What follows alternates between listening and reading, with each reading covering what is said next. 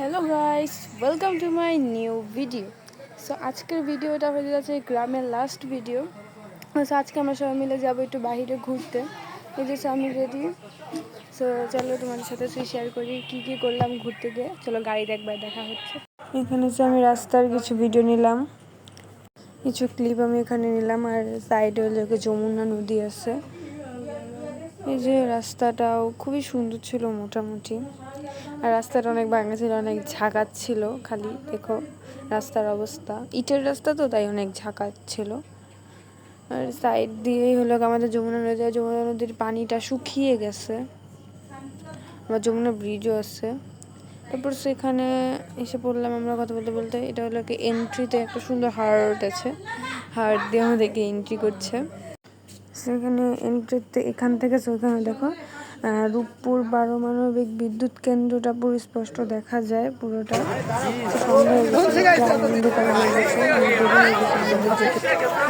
তখন একটু পরে লাইট ধরা দিবে। এখানে সামনে ঝর্ণা হয়ে গেছে, অনেক কিছু ছিল।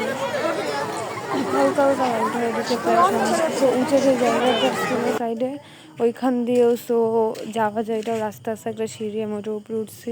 সামনে আবার ঝর্ণাও ছিল, ঝর্ণার সামনে অনেক ছবি টবি তুলছি। এখানে আবার যমুনা নদীটা পানি শুকায় গেছে। আর এখানে যে আমরা সিঁড়িটা দিয়ে উঠছিলাম, উপর দিয়েও রাস্তা আছে। শুধু সিঁড়ির ক্লিপটাই দেখাইলাম তোমাদের সাথে।